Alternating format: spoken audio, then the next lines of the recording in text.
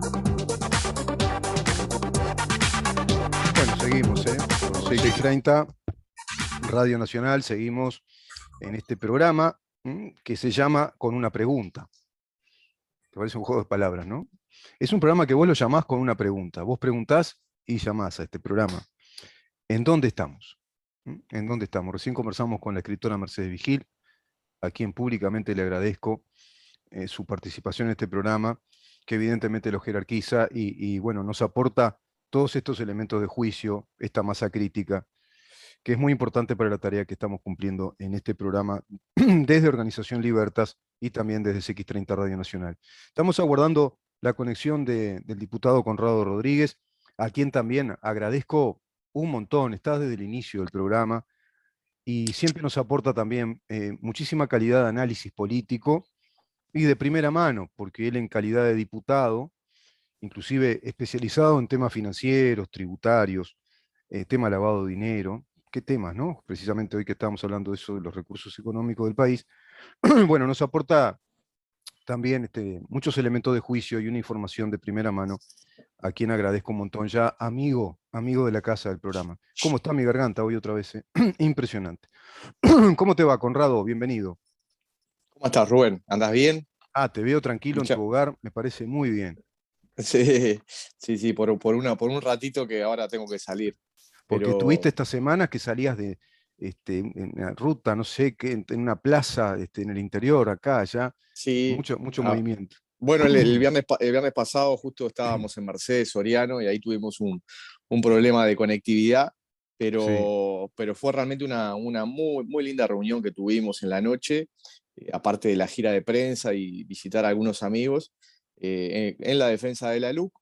Allí también estuvieron algunos integrantes de otros partidos políticos, como el Partido Nacional, que nos vinieron Ujú. a visitar y apoyar en en esta gira, digamos, que estamos haciendo para defender la ley de urgente consideración. Y ahora hace poquitos días, el martes, estuvimos en Florida, también en un gran acto en el cual pudimos hablar de distintos temas, intercambiar con los vecinos y también tuvimos la participación de varios integrantes de la coalición, entre ellos el senador Pablo Lanz del Ujú. sector Ciudadanos, del Partido Colorado.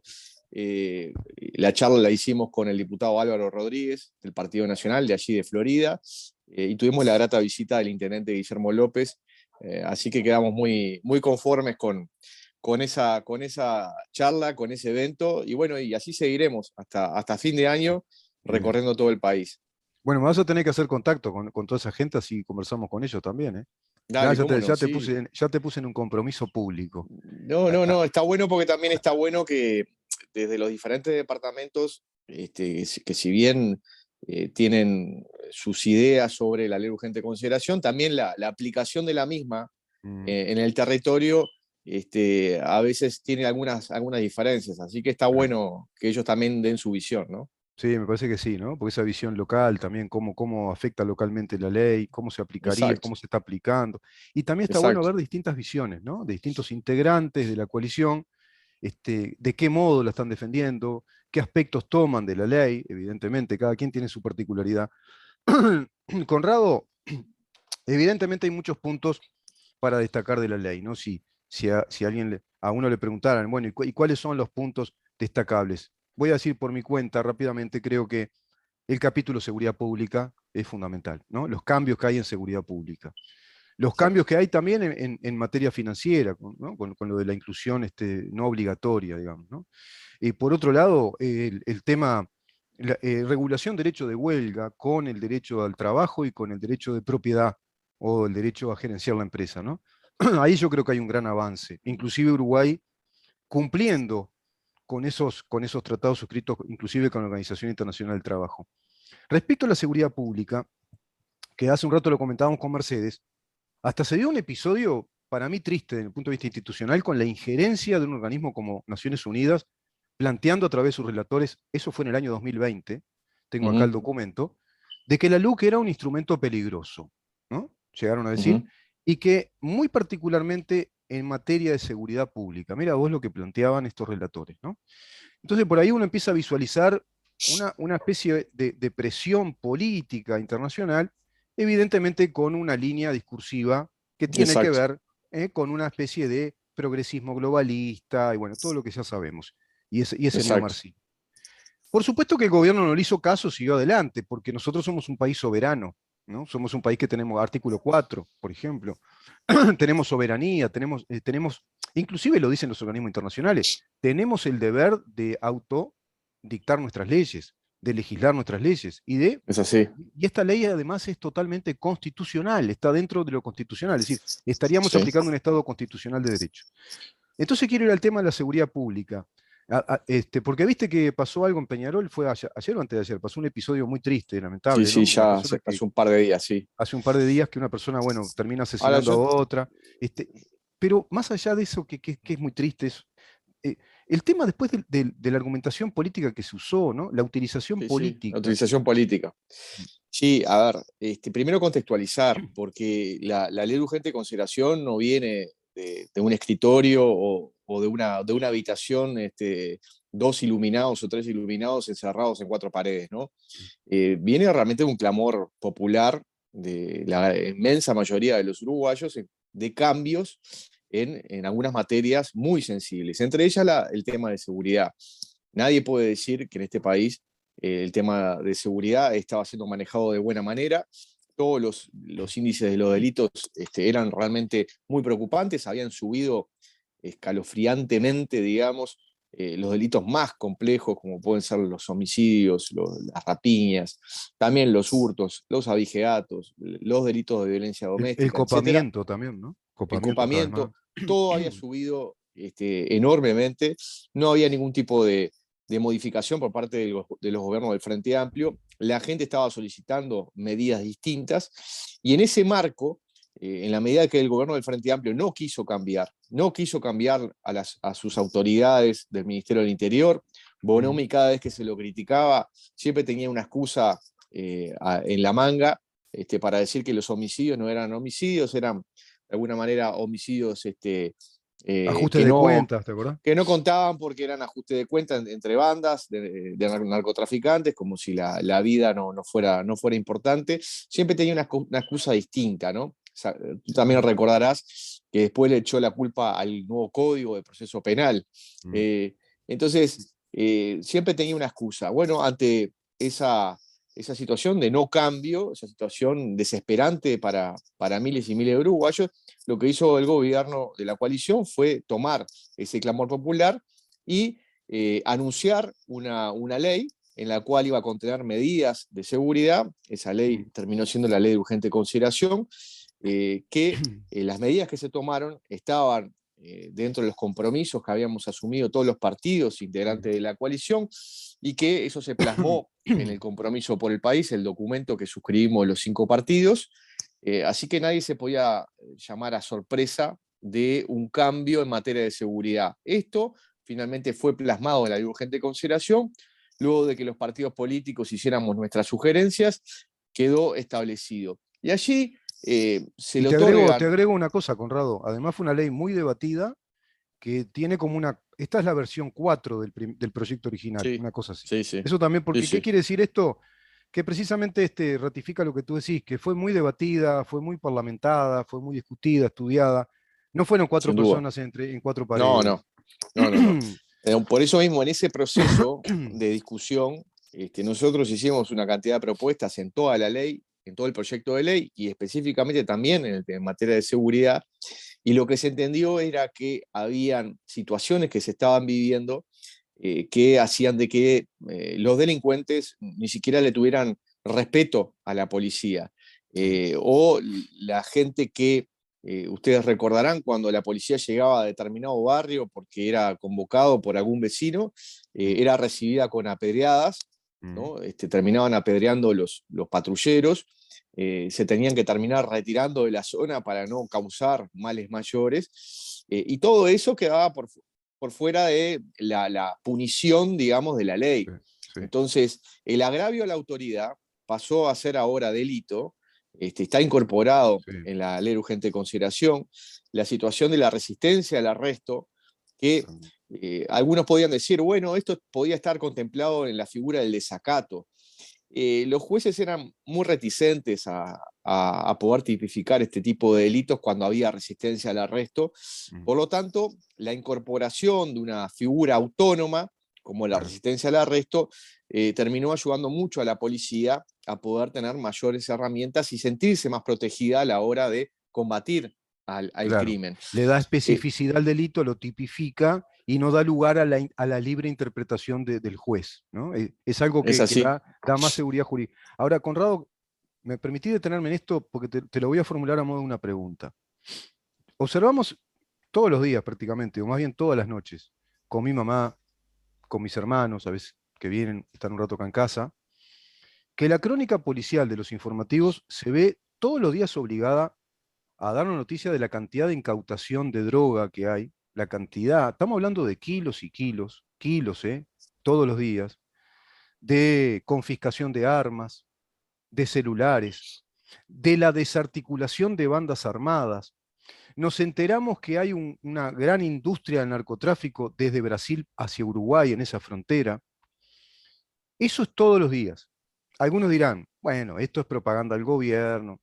Sí, se cae el argumento rápidamente al decir que ese quilaje de droga que se muestra en las imágenes, que eso después va a sede judicial, esa confiscación de coches, de vehículos, de armas, de celulares, no es propaganda, es real, está pasando todos los días. Esa desarticulación de bandas y muchos que terminan en juzgados, que van a juicio, que están ante fiscalía, bueno, eso antes no lo veíamos.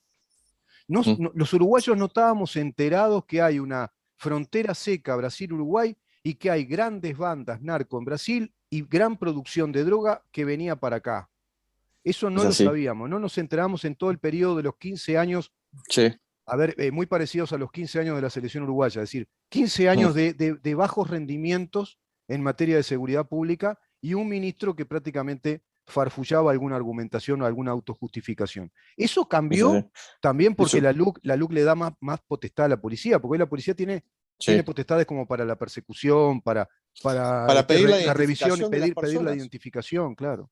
Una cosa tan simple que sucede en el mundo entero y que el gobierno del Frente Amplio había derogado, porque había derogado un decreto que establecía la posibilidad del registro y pedir documentación. Algo tan simple que sucede en el mundo entero, en Uruguay ya no existía.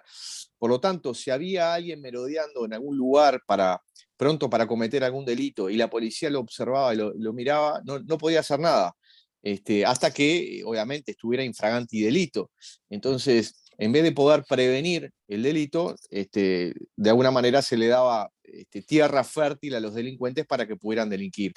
Pero esta es la situación y es muy cierto lo que tú decís. Le ha permitido a la policía poder desbaratar una cantidad de bandas de narcotráfico, poder ingresar a lugares donde se expenden drogas, las famosas bocas de pasta base.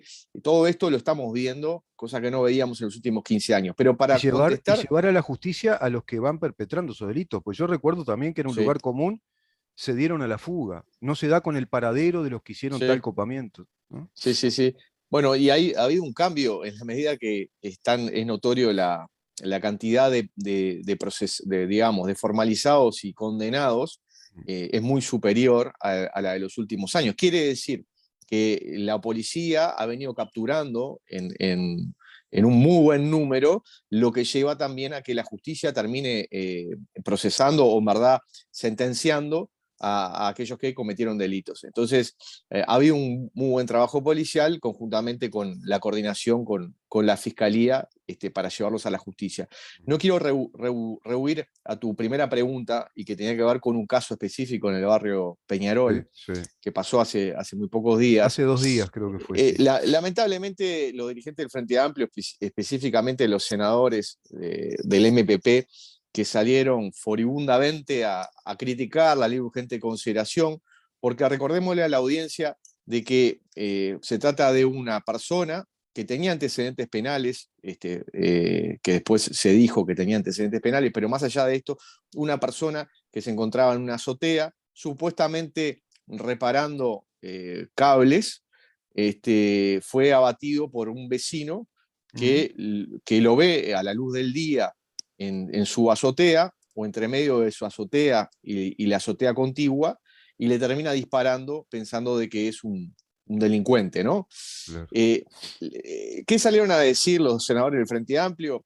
Por ejemplo, Alejandro Sánchez, el senador Alejandro Sánchez, dice que no se trata de una campaña, se trata de la vida de la gente. Parte de la LUC y varios de sus impulsores promueven discursos peligrosos que incitan al odio y no solucionan los problemas de seguridad. Al contrario, los agravan, ¿no? Esto decía el senador Sánchez. Senador Charles Carrera, los mensajes equivocados que se consagraron en la LUC se cobran vidas inocentes. La convivencia en jaque a partir del miedo y la desconfianza. Mm. Llama la atención que Charles Carrera, quien fue director general de Secretaría del Ministerio del Interior, haga este tipo de comentarios cuando justamente estuvo en el Ministerio del Interior, fue cuando se dio la circunstancia de la suba escalofriante de los distintos delitos, entre ellos los homicidios. Pero la realidad indica que aún no se sabe, porque la fiscal no lo ha determinado, si aquí existió legítima defensa o no. Claro. Para que se dé la legítima defensa se tiene que dar una cantidad de cuestiones, ¿no? Hay una serie de circunstancias que la ley tipifica Exacto. taxativamente para que sea una legítima defensa. Eso es bueno aclararlo, ¿no? Bueno, por ejemplo, históricamente desde el Código Penal del año 34 debe existir una agresión ilegítima, tiene que existir la necesidad racional del medio empleado para repelerla o impedir el daño. Una agresión Tiene que existir, ilegítima para los oyentes, para que lo entiendan, aquellos que no entienden, no conocen tanto derecho. Una agresión ilegítima es una agresión que alguien recibe sin provocar la agresión. Es una agresión no exacto, provocada por el que es víctima de esa agresión. exacto. Y bueno, justamente tiene que haber falta de provocación suficiente por parte de aquel que se defiende, ¿no? Exacto. Estas son las tres circunstancias históricas que están Porque recogidas si en no nuestro podría Código ser parte de Penal. una riña, ¿viste? Sería distinta la situación que los dos se están peleando, eso es otra cosa. Porque mirá Bueno, que esto da lugar a que esta gente confunda todo, ¿no? sí, Es sí, decir, sí, sin duda. acá la legítima defensa es cuando una persona no provocó agresión y es provocada, ilegítimamente provocada, y corre peligro de vida. Corre peligro de vida. Hoy es él y su familia o terceras personas, ¿no? Sí, y también se extendió ahora el concepto hacia también la protección de los bienes, Sí. pero era también una elaboración de la jurisprudencia, o sea, la justicia venía elaborando este concepto de que también estaban incluidos los bienes, digamos, pueden ser bienes muebles, digamos, aquel que se siente agredido de forma ilegítima termina repeliendo ese ataque. Pero digo, se tiene que dar una cantidad de circunstancias. Sí. No necesariamente en este caso hay legítima defensa. La fiscal está estudiando las Circunstancias que distintas se fueron cuestiones y dando, ¿no? Sí. circunstancias, porque no está claro por qué. Porque, por ejemplo, el vecino donde él estaba en la azotea y estaba entre medio de esa azotea y la azotea de quien le diera muerte, dice que él no le había pedido a ese otro vecino que arreglara nada Mm, de su azotea. sí, sí. Es más, también dice que en los últimos días se le había robado cables, ¿no? Entonces, no está clara la circunstancia en la cual esta persona estaba arriba de la azotea. Por lo tanto, el caso no está claro. Entonces, para salir a confrontar, como los senadores del MPP, una situación que no está clara y queriéndole adjudicar a la LUC esa situación, realmente eh, es por lo menos decir que es una circunstancia llamativa y Sí. que habla a las claras de que utilizan políticamente una circunstancia, como tú decís, muy penosa, Sí, para llevar agua a su molino. sí. La legítima defensa no está demostrada hasta el momento, la fiscal no la ha podido Mm, configurar mm. por ahora, por lo tanto nada tiene que ver con la aplicación y con la sanción de la ley de urgente consideración. Este mismo caso hubiera pasado sin la sanción de la ley de urgente Te consideración iba a y decir eso. hubiéramos Te iba estado a en el decir eso. mismo gris Mm, de si se cumplió o no con la legítima defensa para mm. exonerar de responsabilidad a aquel que dio muerte a la persona que estaba en su azotea. Exacto. Entonces hay que ser muy cuidadoso. Sí, sí, Poco tiene sí. que ver con la ley de urgente consideración. Eso te iba a decir, Conrado, que si hubiera estado vigente el antiguo instituto de la legítima defensa, hubiera pasado lo mismo y estaríamos en una zona gris. porque hay que también aclarar que esta legítima defensa que la ley establece es plenamente constitucional, agrega algunas cosas, como por ejemplo lo que tú decís, la defensa de pronto de la propiedad, de bienes muebles, o de la propiedad más bien, la defensa a terceras personas, a terceros que se puedan ver también involucrados en ese peligro de vida, por ejemplo, y amplía el radio de acción, ¿no? Se entiende que la legítima defensa se puede dar en el ámbito de su casa, pero también en las adyacencias de su propiedad, de su propiedad. Porque eso Exacto. era un techo que ya no era propiedad tampoco, bueno, hay todo un tema ahí. Bueno, Ahora, por yo eso, por cierro el ejemplo, comentario con esto. Es tan extender, no, te absurdo, digo esto nada más porque si no queda descolgado, ¿no? Extender la legítima defensa, por ejemplo, a los balcones. Si hay un delincuente que está en el balcón de tu casa y está sí, con un arma, sí, ¿ya? Vos obviamente vas a temer por tu vida. mm, Si tú repelías de alguna manera esa agresión ilegítima de haber ingresado a tu domicilio y encontrarse en el balcón del mm, dormitorio de tu casa,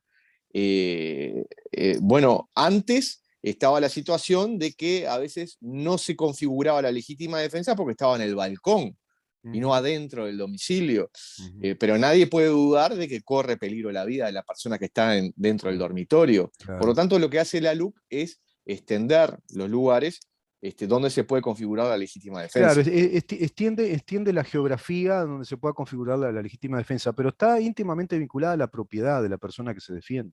Eso es lo que yo quería decir. Es Está así, vinculada a es la así. propiedad. Extiende el área de acción, digamos. No, yo te iba a decir que es tan absurdo culpar a una ley por un episodio, por un hecho casuístico, como si los uruguayos entráramos a culpar por cada delito que ocurre, culpamos al Código Penal, ¿viste? Eso es culpa del Código Penal. Ya estamos en el absurdo Claro, total, claro, claro, ¿viste? No, no, lo que pasa es que totalmente. ese es problema del código del viejo código Rocco, ¿viste? Y esos temas todo, el problema fue de Irureta Goyena, ¿viste? Pues Sí, sí, terminamos en sí. eso, ¿no? Terminamos en eso. Claro. No, no, terminamos justificando determinados delitos porque justamente el código los tipifica, ¿no? Es una cosa Claro, increíble. claro, pues es una cosa increíble, ¿no? Es una Sí, cosa. sí, Bueno, es Corrado, increíble. te agradezco un montón en la participación, y nos Por vamos a ver el favor, próximo viernes, si Dios quiere, y seguir hablando de la cómo no. LUC, seguimos hablando de este tema. Sí, sí, de la Luco, de otros temas. O de otros temas que Bueno, están ahí también. yo simplemente te digo rápidamente, en el día de ayer, en la comisión investigadora, con respecto a los gastos dentro del Ministerio de Turismo del año 2010 al año 2021, llegó a un proyecto de resolución, a una conclusión. La conclusión es que en la medida de que existe una denuncia penal ya radicada en Fiscalía, que la realizó el Frente Amplio, que no esperó a la resolución de la comisión investigadora, enseguida de que se había votado la comisión investigadora, ellos fueron y llevaron la denuncia penal, cuando justamente el objeto de la comisión investigadora es ver si existen irregularidades o no. Entonces, en la medida que existe ya una denuncia penal, lo que nos pareció a nosotros, los miembros de la coalición, que en el ejercicio de la transparencia, para que la ciudadanía toda pueda conocer lo que efectivamente pasó y no pasó, Mm, porque hay bastante circo mm, alrededor de este tema, que todos los antecedentes pasen en la órbita de la justicia. Pero cuando decimos todos, decimos tanto la gestión del ex ministro Cardoso como la gestión de la ex ministra Lilian Quechichán. claro. En esto podemos profundizar. En el día de ayer, el diputado Olmos del Frente Amplio dijo que no había ninguna denuncia contra Quechichán, cosa que no es así. Se hizo una denuncia concreta sobre un convenio que el Ministerio de Turismo y Deporte en aquel momento realizara con una institución privada, que no se realizó por ningún procedimiento competitivo, que se hizo por contratación directa, que se dijo que se necesitaban las instalaciones deportivas para que federaciones de las distintas ramas de la actividad deportiva necesitaban ese complejo, pero vos fíjate, Rubén, que si tanto necesitaban ese complejo, durante 6 meses que se firmó el convenio, el Ministerio de Turismo le pagó a esa institución y no había nadie practicando en esas instalaciones. Claro, Durante 6 meses. claro. Al sexto mes hicieron un convenio, el Ministerio de Turismo y Deporte y después la Secretaría Nacional de Deporte, un convenio con la Federación Uruguaya de Básquetbol para que se instalara ahí. 6 meses después. O sea, ¿qué quiere decir? Que no existía la necesidad de hacer ese convenio. ¿Y Claro. cuál es el preludio o el antecedente de eso? es una compraventa frustrada de un bien de esta institución por parte del Ministerio de Turismo, en el cual, como se frustró y había un preacuerdo para comprar ese bien inmueble, para que fuera la sede del Ministerio de Turismo, esta institución le hizo un juicio al Ministerio de Turismo por $2.300.000. Fueron a conciliación y allí no hay un acta o alguna actuación en la cual se verifique una transacción. ¿Qué pasó enseguida? Vino este convenio. Y este convenio tiene un precio que es distinto al precio que luego la Federación Uruguaya de Básquetbol pactó con esta propia institución. Este convenio le costó al Uruguay 5 veces más de lo que luego la Federación Uruguaya de Básquetbol, ya sin la asistencia del Ministerio de Turismo y Deporte y sin la asistencia de lo que ahora es la Secretaría Nacional de Deporte, terminó pactando con esta institución. Por lo tanto, nosotros lo que decimos es que hay elementos para investigar por parte de revisar la todo. justicia. Bien. Y revisar todo lo Y vinculado al ministerio, pero no solo esta administración de Cardoso, sino todo lo anterior. Perfecto, bueno, Conrado. ¿Te parece seguir conversando ese tema en la sí, próxima? sin duda. Y en todo caso, el Frente Amplio tiene que explicar por qué no quiere transparentar lo que a Claro. nuestro juicio tiene que ser transparentado. Y bueno, no querían transparentar lo de Sendic, así que no asombra, ¿no? La seguimos, Conrado. También está el Con tema gusto. que lo vamos a tratar también con Schipani, pero quiero tratarlo también contigo, que es la reforma educativa, que se aprueba.